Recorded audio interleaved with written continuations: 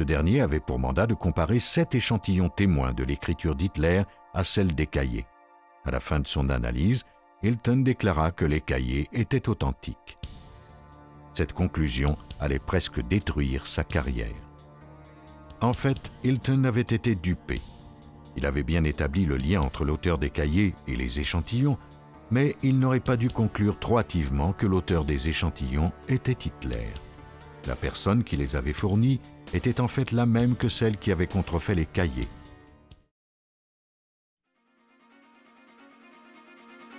La police découvre un cadavre et une note dactylographiée. Un expert devra tenter de lire entre les lignes afin d'identifier le meurtrier. Un assassin décrit son crime sur papier puis détruit ses notes.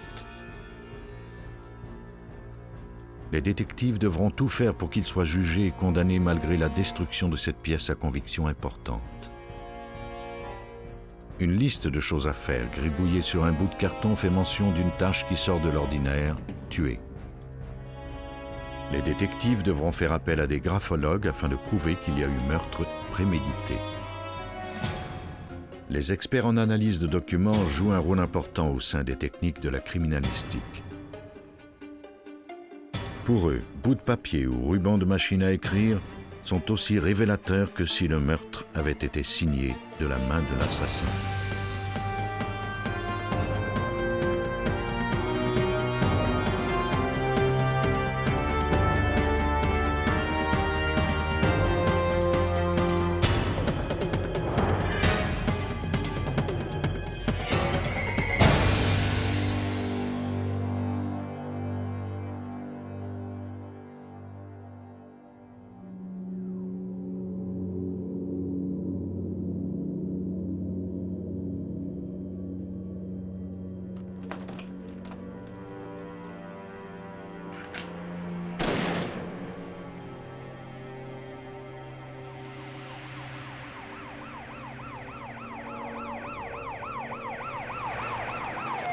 Le 6 février 1995, à Minneapolis, aux États-Unis, la police reçut un appel d'urgence de la résidence de Ted Mills.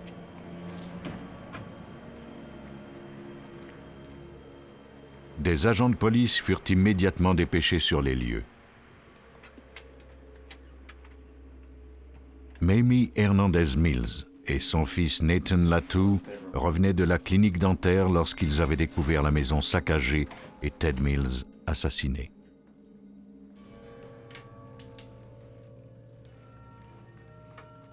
Ce dernier avait été tué d'un projectile de fusil de chasse à la tête. La porte arrière de la maison avait été forcée. Les vêtements éparpillés à travers la maison semblaient indiquer qu'il s'agissait d'un cambriolage qui avait mal tourné.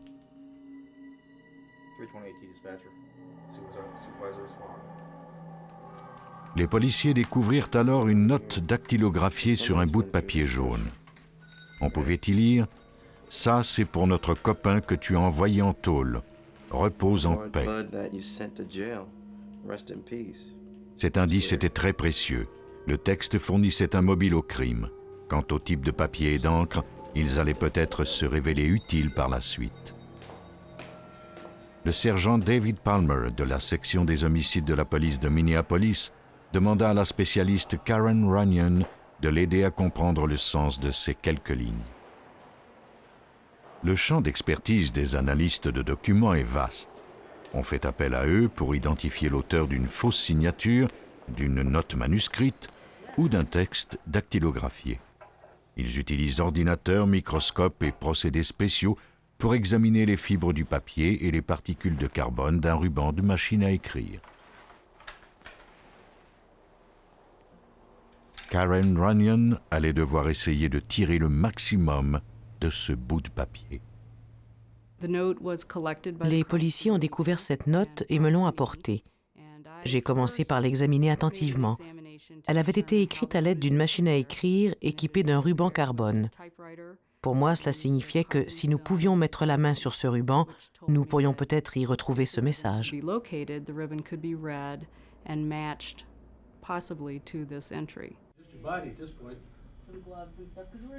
Karen Runyon spécifia aux agents de police de rechercher une machine à écrire électrique équipée d'un ruban carbone.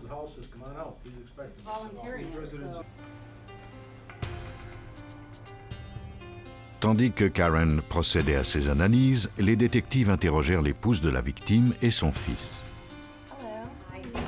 Mamie et Nathan déclarèrent qu'ils étaient chez le dentiste au moment du meurtre. De la clinique, ils avaient téléphoné à la maison, mais n'avaient pas obtenu de réponse. Ils ne s'en étaient pas inquiétés car Ted travaillait la nuit et dormait le jour. Sans doute n'avait-il pas entendu le téléphone sonner. La note découverte par la police semblait indiquer que le meurtre avait été motivé par la vengeance. Le mobile était plausible, puisque Ted avait déjà dénoncé un voleur et que ce dernier avait été incarcéré.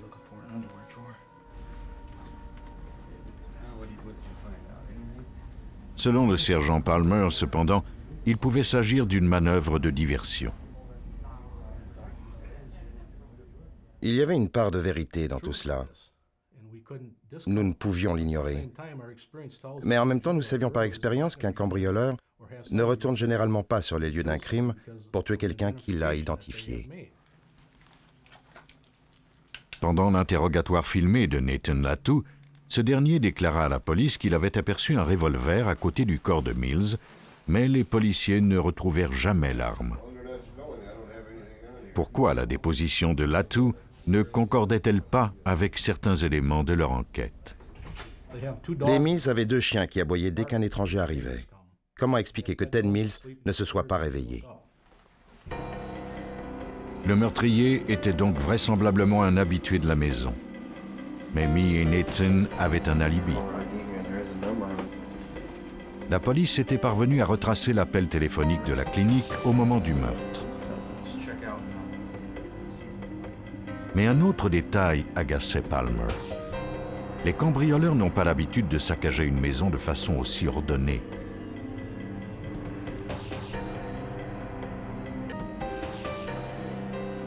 La police s'interrogeait aussi à propos de l'appel de Latou au service d'urgence.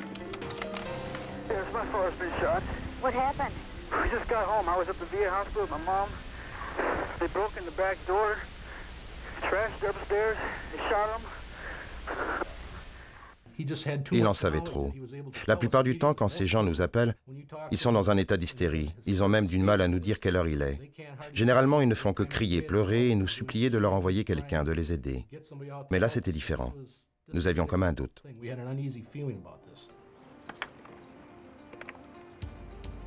Quelque chose dans cette histoire sonnait faux. Les morceaux s'emboîtaient mal. On avait également découvert une empreinte digitale sur la fenêtre qui avait été forcée lors de l'entrée par effraction. L'empreinte appartenait à Nathan Latou.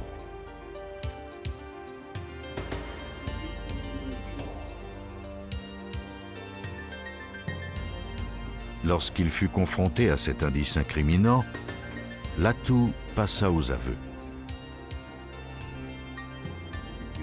Quelques jours avant le meurtre, sa mère lui avait demandé d'écrire à la main les phrases dactylographiées sur la note découverte près du corps de Mills. Si Nathan Latou avait écrit ce message à la main, cela laissait supposer que Mamie l'avait dactylographié. Mais elle était incapable de lire ou d'écrire en anglais et il n'y avait aucune machine à écrire chez elle. Avec quelle machine avait-elle pu écrire le message? Les aveux de Nathan allaient peut-être permettre aux détectives de restreindre leur champ de recherche. Comme les Mills gagnaient leur vie à faire l'entretien de résidence, peut-être qu'un de leurs clients possédait une machine à écrire.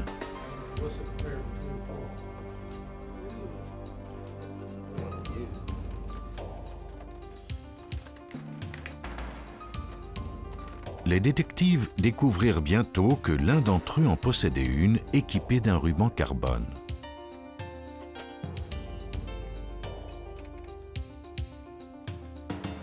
On pouvait d'ailleurs aisément y lire les derniers mots du message. La police réquisitionna aussi des bloc-notes semblables à celui dont provenait le message. Le ruban fut envoyé à Karen Runyon pour analyse. Cette dernière fut heureuse de constater que la cartouche se trouvait toujours dans la machine à écrire. Si le ruban avait été utilisé jusqu'au bout puis jeté aux ordures, l'enquête aurait été compromise.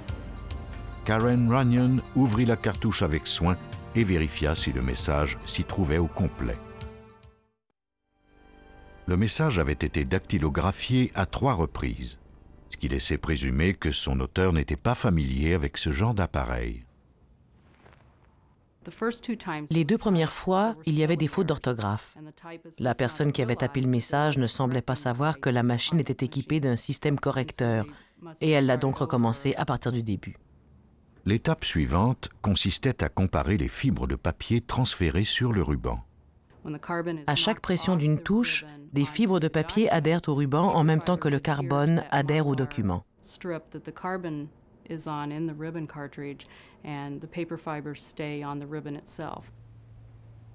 Ces résultats étaient concluants. Les fibres qui avaient adhéré au ruban étaient les mêmes que celles du papier de la note. Grâce à l'expertise de Karen Runyon, la sordide histoire contenue dans la cartouche commençait à prendre forme. La cartouche de la machine à écrire recelait des informations importantes à propos du meurtre de Ted Mills. Bien que les indices fussent microscopiques, ils n'en avaient pas moins de poids. Karen Runyon avait démontré le lien entre le message et la machine à écrire. Quant aux policiers, ils avaient démontré le lien entre la machine à écrire et Mamie Hernandez Mills. Mais il restait à reconstituer le meurtre. Il fallait déterminer le rôle et le mobile de Mamie. Le sergent Palmer tenta à nouveau d'obtenir des informations de son fils, Nathan Latou. Il a déclaré que sa mère a saisi le fusil de chasse de son mari dans le placard à l'étage et qu'elle a tiré sur lui pendant qu'il dormait dans son lit. Nathan a ensuite pris l'arme et il l'a cachée dans une pièce au sous-sol, près de sa chambre à coucher. Nathan a fini par nous dire à moi et à mon collègue, le sergent Krebs, ce que nous voulions savoir, c'est-à-dire que sa mère et lui étaient coupables du meurtre de Ted Mills.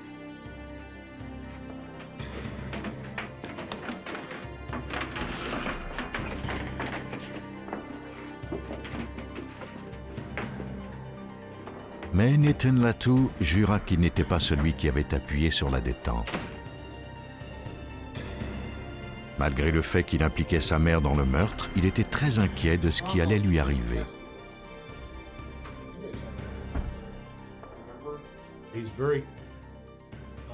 Il avait peur des conséquences pour sa mère, plus que pour lui-même.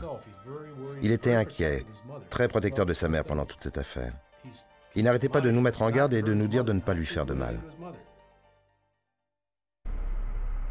À un certain moment pendant l'interrogatoire, lorsque la pression commença à être trop forte, Mamie accusa son fils. Elle déclara à la police que Nathan l'avait violée sous la menace d'une arme à feu. Lorsqu'il entendit l'accusation de sa mère, Nathan Latou éclata en sanglots. Il avait caché son plus grand secret. Sa mère et lui entretenaient une relation incestueuse. Mamie, âgée de 41 ans, avait retrouvé son fils de 22 ans depuis peu.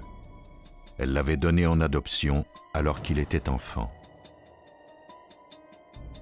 Elle exerçait une grande influence sur lui. La police espérait pouvoir se servir de cette influence pour obtenir les aveux de Latou. Latou accepta finalement de témoigner contre sa mère pour meurtre au second degré. Au même moment, les détectives découvrirent que Mills avait acheté une police d'assurance à son travail et que Mamie avait appelé la compagnie pour faire une réclamation peu de temps après sa mort. Mamie Hernandez Mills avait dactylographié le message sur la machine à écrire de son client en se guidant sur la note manuscrite de Nathan. Chaque fois qu'elle faisait une faute, elle recommençait du début, ignorant qu'elle laissait en quelque sorte le négatif de son message à l'intérieur de la cartouche de la machine à écrire. À chaque frappe, quelques fibres du papier adhéraient au ruban. De son côté, Nathan Latou avait fait mine d'entrer par effraction en s'assurant que son stratagème ressemblait le plus possible au cambriolage qui avait eu lieu quelques mois plus tôt. Mais il avait laissé une empreinte digitale. Nathan et Mamie étaient ensuite montés à l'étage en prenant soin de ne pas réveiller Ted Mills. Une fois dans la chambre à coucher, ils n'avaient pas perdu une seconde.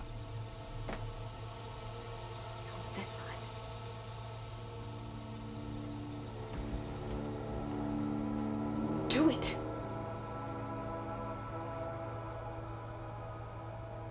Do it.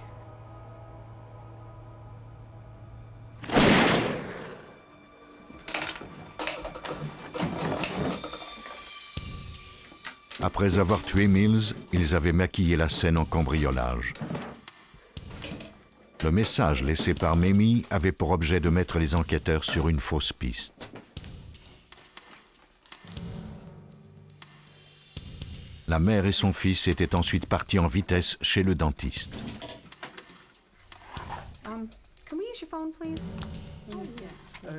De la clinique, ils avaient téléphoné à la maison, sachant que cet appel pourrait être retracé par la police et qu'il constituerait la base de leur alibi.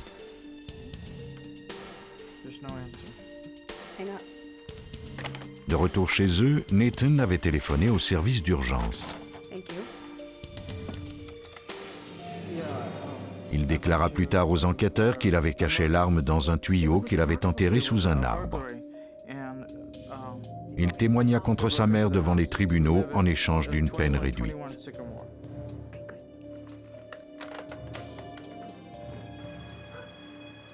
Mamie Hernandez Mills fut jugée coupable de meurtre au premier degré le 20 avril 1996 et condamnée à la prison à perpétuité.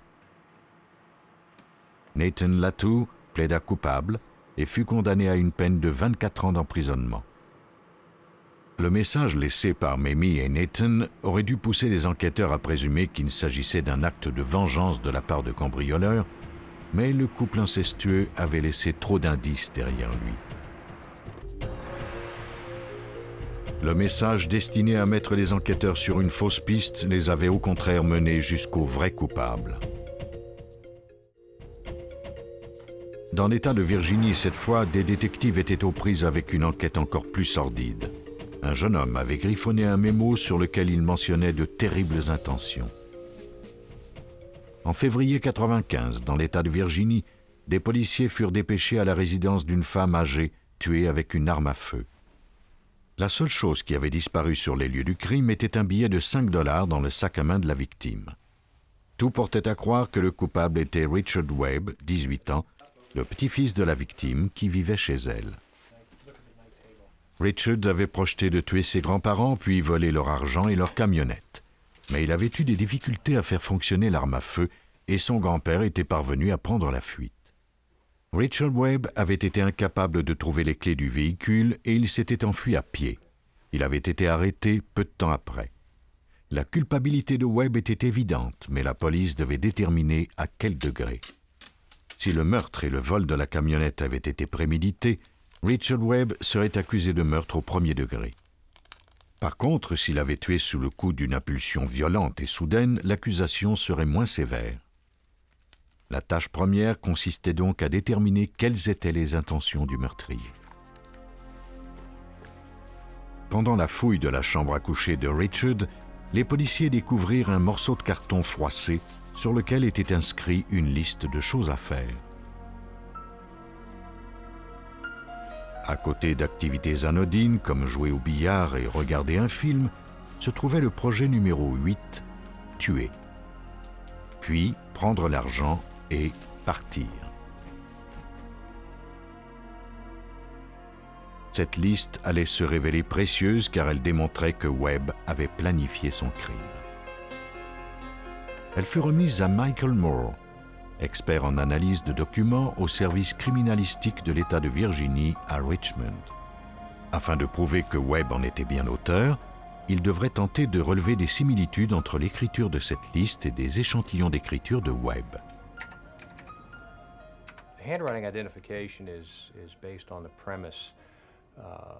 L'analyse graphologique est basée sur la prémisse que tout individu possède une écriture manuscrite caractéristique qui peut nous permettre de l'identifier. La liste de Webb avait été ajoutée aux autres pièces à conviction. Elle fut placée dans un contenant hermétique et envoyée à Michael Moore. L'écriture manuscrite est aussi individuelle qu'une empreinte digitale. Enfant, on nous enseigne à écrire selon des normes précises, mais malgré ces standards, chaque individu développe sa propre façon d'écrire et la conserve pour le reste de sa vie.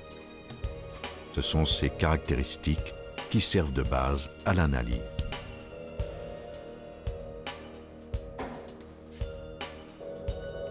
L'examen de Moore consiste à évaluer la rapidité, l'adresse, la hauteur, le degré d'inclinaison ainsi que l'apparence générale de l'écriture. Les similitudes et les différences sont examinées scrupuleusement. Moore essaie de retrouver des séries de combinaisons particulières. Est-ce que le tracé est de bonne qualité? Y a-t-il des endroits d'arrêt et de départ caractéristiques? Y a-t-il des ratures ou de brusques traits de début ou de fin de mot?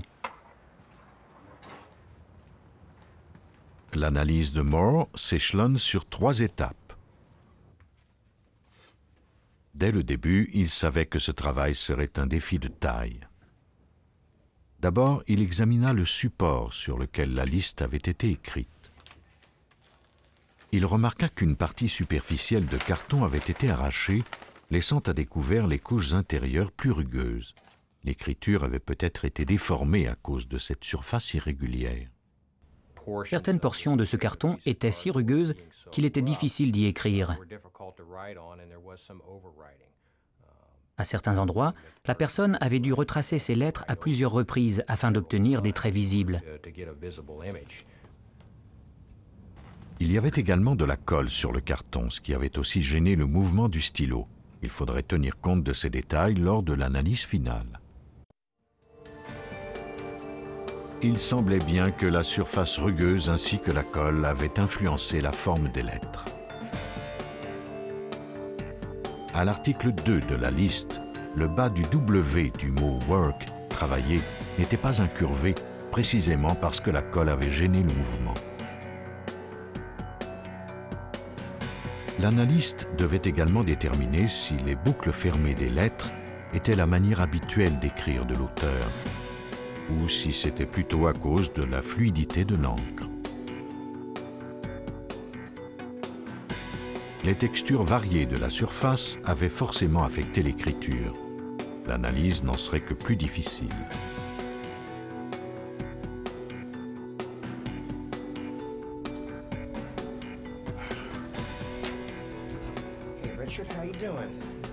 La seconde étape du travail de Moore consistait à examiner des échantillons d'écriture du suspect.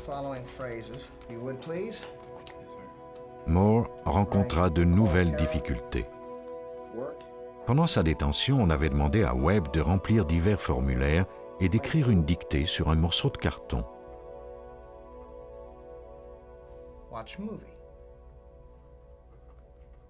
Moore procéda à la comparaison des 2 écritures, mais constata bientôt qu'elles ne concordaient pas. Webb avait écrit la dictée dans un environnement formel.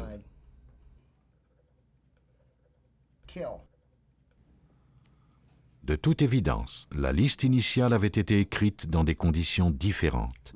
Les 2 échantillons se ressemblaient à peine. Bien que Moore eût de bonnes raisons de croire que Webb était l'auteur de la liste, il ne pouvait le prouver hors de tout doute. Il devait absolument obtenir de nouveaux échantillons du suspect. Moore demanda aux enquêteurs d'obtenir de nouveaux échantillons d'écriture de Webb, mais cette fois, il leur demanda de recréer la position dans laquelle le suspect avait sans doute écrit la liste. Le morceau de carton sur lequel la liste avait été écrite nous laissait présumer qu'il ne l'avait pas rédigé assis à une table ou à un bureau. Il était peut-être debout et n'avait pas d'appui. Il tenait peut-être le bout de carton dans ses mains. On ne pouvait pas savoir exactement. De leur côté, les enquêteurs rassemblèrent tout un assortiment d'écritures de Webb, des lettres personnelles, des cartes de souhait et quelques poèmes. Comme ces échantillons avaient été écrits à différents moments dans la vie de Webb, ils fournissaient un plus large éventail de son écriture. Moore était maintenant confronté à son plus grand défi, l'examen final qui consistait à comparer l'écriture de la liste à celle des échantillons de Webb.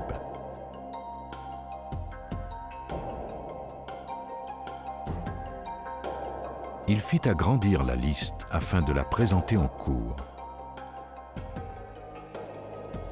Les experts en graphologie se basent sur plusieurs caractéristiques pour identifier une écriture. Certaines sont évidentes, d'autres plus subtiles. Moore remarqua d'abord que la taille des chiffres était toujours sensiblement plus grande que celle des lettres majuscules. Le numéro 1 était plus grand que le C majuscule de Carl, tout comme le numéro 2 était plus grand que le W majuscule de Work. Il retrouva cette particularité dans les autres échantillons d'écriture de Webb. Mais il fut bientôt confronté à un nouveau problème. Webb faisait rarement ses R de la même façon. À l'article 1, le haut de la lettre était arrondi et penché à gauche. À l'article 9, le R majuscule était toujours penché vers la gauche, mais la portion du haut était plate. Moore retrouva ces mêmes variations dans les échantillons témoins de l'écriture de Webb. Elles correspondaient exactement aux variations qui se trouvaient sur la liste. La combinaison de ces caractéristiques ne pouvait mener qu'à une seule conclusion. Richard Webb était bien la personne qui avait rédigé la liste sur le bout de carton. Par conséquent, il avait prémédité son crime. Même si l'on numérise 20 échantillons d'une signature dans un ordinateur, l'appareil ne pourra pas déterminer si le 21e provient du même auteur. Aucun ordinateur ne peut discerner les circonstances qui affectent l'écriture d'un individu. Les ordinateurs, du moins ceux qui se trouvent sur le marché à l'heure actuelle, ne peuvent pas rivaliser avec le travail d'un être humain. Lorsqu'il fut informé des résultats de Moore, Webb reconnut sa culpabilité. Il fut jugé coupable de meurtre au premier degré et condamné à la prison à vie. La graphologie avait permis de prouver la culpabilité de ce meurtrier. Mais les experts de cette technique judiciaire doivent toujours s'assurer qu'ils disposent des bons indices avant de tirer leurs conclusions. Les échantillons d'écriture les plus importants peuvent parfois provenir des sources les plus invraisemblables. Une erreur de jugement d'un graphologue fut à l'origine de l'un des plus grands canulars de l'histoire moderne. En avril 1983, le monde entier apprit avec étonnement la découverte du journal intime d'Adolf Hitler à Stuttgart. Un journaliste allemand affirmait avoir découvert les 60 cahiers manuscrits qui avaient été écrits sur une période de 35 ans. Afin de déterminer s'ils avaient bien été écrits de la main du chef nazi, le gouvernement allemand fit appel à une brigade de spécialistes, dont le graphologue Ordway Hilton. Ce dernier avait pour mandat de comparer 7 échantillons témoins de l'écriture d'Hitler à celle des cahiers. À la fin de son analyse, Hilton déclara que les cahiers étaient authentiques. Cette conclusion allait presque détruire sa carrière. En fait, Hilton avait été dupé. Il avait bien établi le lien entre l'auteur des cahiers et les échantillons, mais il n'aurait pas dû conclure trop hâtivement que l'auteur des échantillons était Hitler. La personne qui les avait fournis était en fait la même que celle qui avait contrefait les cahiers. Son nom était Konrad Kurau. Les cahiers furent vendus pour la somme de 2 millions de dollars avant que la fraude ne soit démasquée par une équipe internationale de graphologues, de chimistes et d'historiens. Grâce notamment à l'analyse de la composition et de la qualité du papier, ils avaient déterminé que les cahiers n'avaient pas plus de 4 ans. Après cette découverte, le service des archives du gouvernement d'Allemagne de l'Ouest discrédita les cahiers avec véhémence, déclarant qu'il s'agissait du travail grotesque et superficiel d'un copiste aux capacités intellectuelles limitées. Malgré tout, Curao eut le culot de faire publier ses cahiers. Heureusement, les experts étaient parvenus à mettre son canular à jour. Mais en général, les documents incriminants aboutissent entre les bonnes mains, surtout en présence d'un homicide. En 1994, à Smyrna, au Tennessee, près de Nashville, un homme fit un appel à l'aide émouvant à la télévision. Ricky Bryan, un soudeur de 39 ans, avait depuis 5 ou 6 ans une liaison intermittente avec une femme de 72 ans du nom de Charlotte Scott.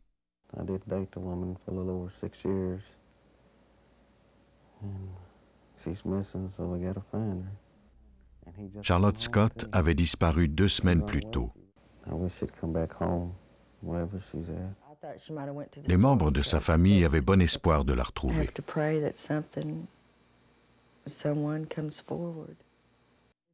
C'est la fille de Charlotte, Rosalie, qui avait signalé sa disparition après avoir découvert la porte de son appartement entr'ouverte.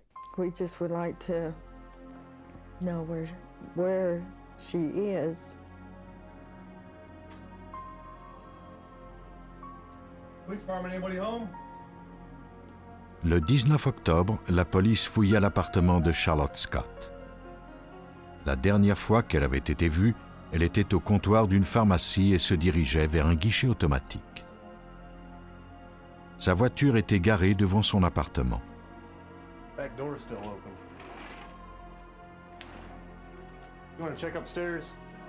Il n'y avait aucune trace d'effraction. Tout était normal, comme si elle devait rentrer bientôt.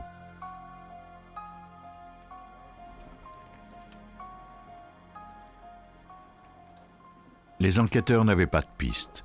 Ils décidèrent d'interroger Ricky Bryan en espérant qu'il pourrait leur donner des informations. Mais Bryan ne semblait pas pouvoir les aider. Il n'était pas en ville au moment de la disparition de Charlotte Scott et ne lui avait pas parlé depuis 3 mois. Bryan ignorait que ces déclarations allaient donner un sérieux coup de pouce à l'enquête. Il ne s'était pas rendu compte qu'il y avait une faille dans son histoire. Le détective Bernard de la police de Nashville avait découvert un peu plus tôt que Bryan avait utilisé la carte bancaire de Charlotte Scott le jour de sa disparition. Il a déclaré qu'il n'était pas à Nashville, mais nous avions une preuve du contraire grâce à des déclarations de ses proches et des photos prises lors de transactions à la banque près de chez la victime. L'alibi de Bryan tombait. Le fait qu'il ait utilisé la carte bancaire de Charlotte ne prouvait pas qu'il était impliqué dans sa disparition.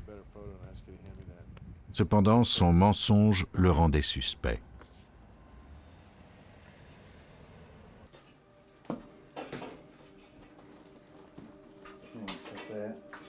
Il accepta de se soumettre au détecteur de mensonges et échoua à son test.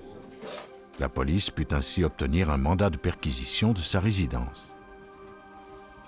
Les agents se mirent à la recherche d'armes ou d'objets qui auraient pu servir à un enlèvement ou à un meurtre.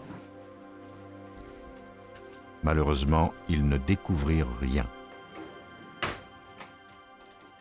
Il n'y avait ni indice, ni nouvelle piste à explorer.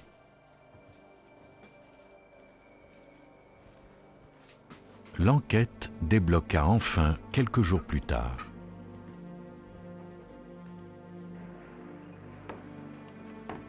Des membres de la famille de Bryan appelèrent la police pour déclarer que ce dernier leur avait raconté une histoire invraisemblable. Selon lui, Charlotte Scott avait été attaquée par un groupe d'hommes ivres dans un endroit isolé où le couple avait l'habitude de se rencontrer.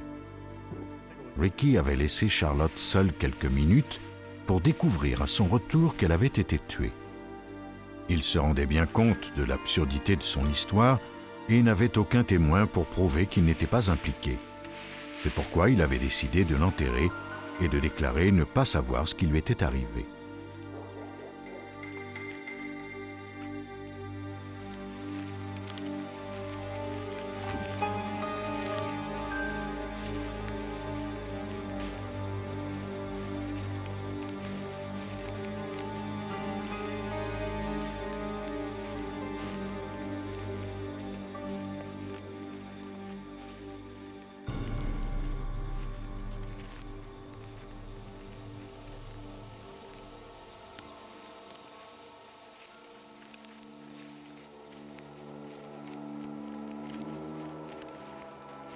et il n'y avait plus qu'une seule avenue, trouver le corps de la victime.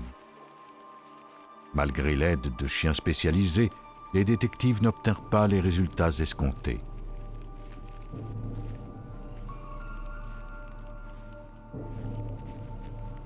Michael Thompson, le neveu de Ricky Bryan, entra alors en communication avec le détective Thomas pour lui proposer son aide. La résolution d'un homicide demande beaucoup d'habileté, d'intelligence et une bonne dose de chance. Dans le cas de l'enquête sur le meurtre de Charlotte Scott, la chance portait le nom de Michael Thompson, le neveu de Ricky Bryan. Thompson accepta d'essayer de faire parler son oncle.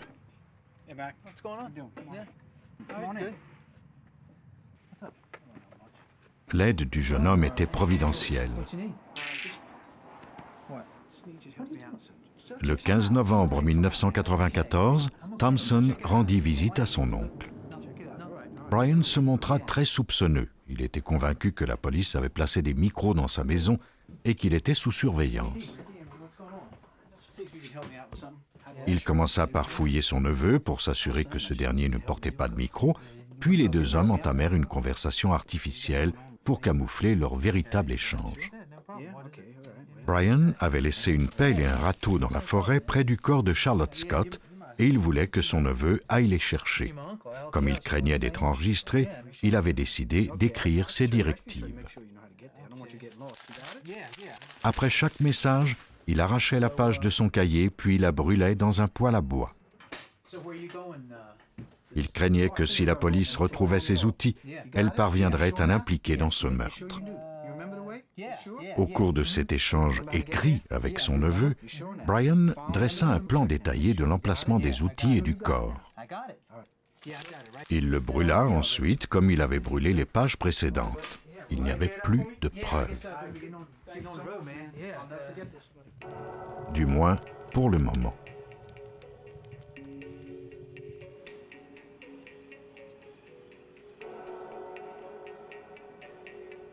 Après avoir quitté la résidence de Bryan, Michael Thompson appela immédiatement la police.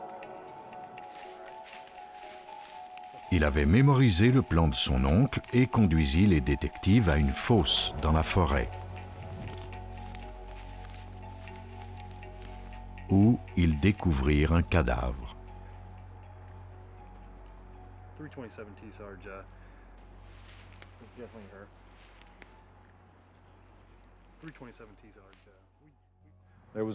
Nous avons tout de suite remarqué l'odeur de chair en décomposition. Nous avons commencé par déblayer l'endroit et c'est alors que le détective Thomas a découvert le pied de la victime.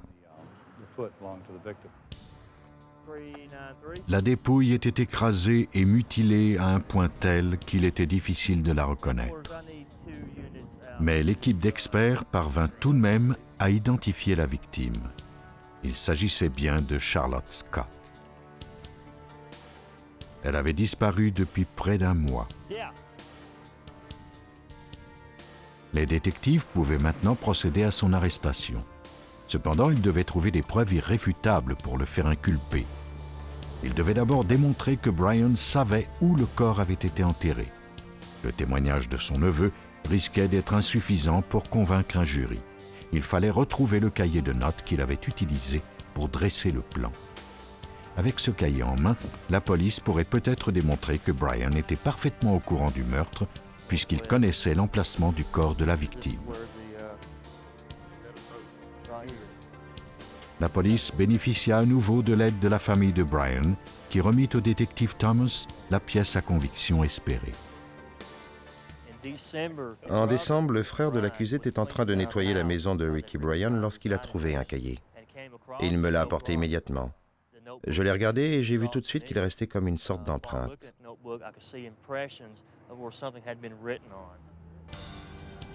Les marques étaient à peine visibles, mais Thomas était néanmoins convaincu qu'il s'agissait là d'informations essentielles, à condition de parvenir à les déchiffrer. Il fit appel au laboratoire du service des postes de Memphis, au Tennessee. Plus de 17 000 documents sont examinés dans ce laboratoire chaque année. Il s'agit probablement du centre d'analyse de documents le plus occupé des États-Unis. Le laboratoire est équipé d'appareils spécialisés dans l'analyse du papier et de l'encre. Les experts qui y travaillent peuvent faire réapparaître une écriture qui a été effacée ou encore faire ressortir des signatures raturées. L'utilisation d'un éclairage à infrarouge permet également de rendre certaines encres invisibles fluorescentes. Habituellement, ce laboratoire analyse des documents reliés à des vols de cartes de crédit, des contrefaçons ou des fraudes. Mais il arrive que la police fasse appel à ses services lors d'homicides. L'expert Grant Sperry travaille dans ce laboratoire depuis maintenant 18 ans. Notre principale responsabilité est d'apporter notre soutien aux inspecteurs du service des postes dans le domaine des empreintes digitales et de l'analyse de documents. Mais dans certains cas, comme celui-ci où il s'agit d'un meurtre, il arrive qu'on fasse appel à nos services.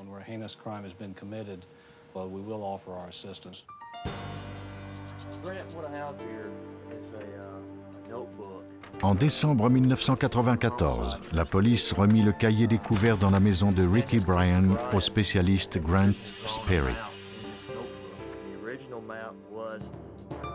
S'il parvenait à rendre visibles les informations contenues dans ces pages blanches, peut-être Thomas pourrait-il faire condamner Ricky Bryan.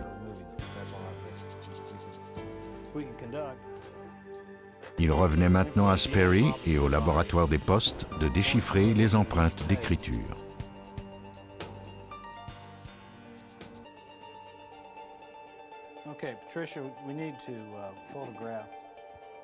À l'aide d'une source lumineuse à fibre optique, Sperry parvint à déterminer que le cahier de Bryan contenait bel et bien les empreintes d'un plan et de mots écrits. Il en tira des photographies, puis se servit d'un appareil de détection électrostatique. Cet appareil a pour fonction de rendre visibles les empreintes d'écriture. Cette machine est extraordinaire parce qu'elle ne détruit rien. En d'autres mots, le document est protégé par la pellicule du système d'imagerie thermique. On peut conserver une copie de toutes les empreintes que nous développons. Sperry place d'abord la page sur une plaque de laiton et la recouvre d'une pellicule de plastique. Ensuite, la pellicule est aspirée dans les fibres mêmes du papier au creux des empreintes. Elle est ensuite chargée d'électricité et aspergée d'encre. La charge électrique a pour effet d'attirer l'encre à l'intérieur des sillons. Une fois l'encre en place, Sperry recouvre la page d'une autre pellicule adhésive.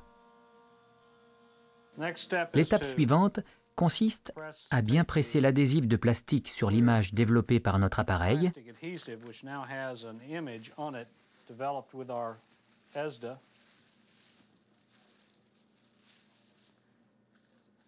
Puis, découper cette image en enlevant l'excédent de plastique. Le document est ensuite lissé afin d'éliminer le plus de bulles d'air possible. Un seul document peut subir ce procédé de 5 à 10 fois avant de révéler toutes ses nuances.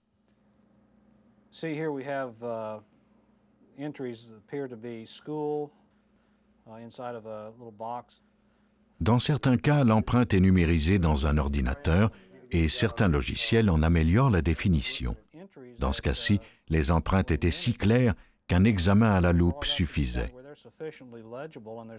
Thomas et Sperry étaient satisfaits du résultat obtenu et de la quantité d'empreintes. Le procédé avait permis de faire ressortir tous les détails du plan. Il était si détaillé qu'on ne pouvait avoir aucun doute sur l'endroit où il menait. Sur ce plan, Bryan avait décrit en détail l'emplacement du corps de la victime. C'était la preuve que les détectives espéraient. Une fois l'image du plan obtenue, Sperry compara les échantillons d'écriture de Ricky Bryan à ceux du cahier. Dans ce cas-ci, il était non seulement important de reproduire les moindres détails du plan, comme nous l'avons fait, mais aussi de comparer l'écriture de son auteur pour déterminer exactement qui avait dressé ce plan. Il était essentiel de démontrer qu'il savait exactement où le corps se trouvait.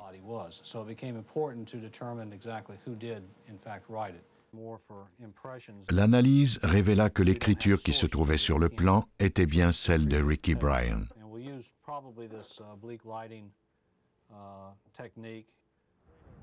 Avec ses preuves en main, le détective Bernard put enfin reconstituer le meurtre. Il est allé chez elle tard le soir, l'a forcée à venir dans cet endroit désolé, l'a tuée, mutilée, puis l'a enterrée dans une fosse.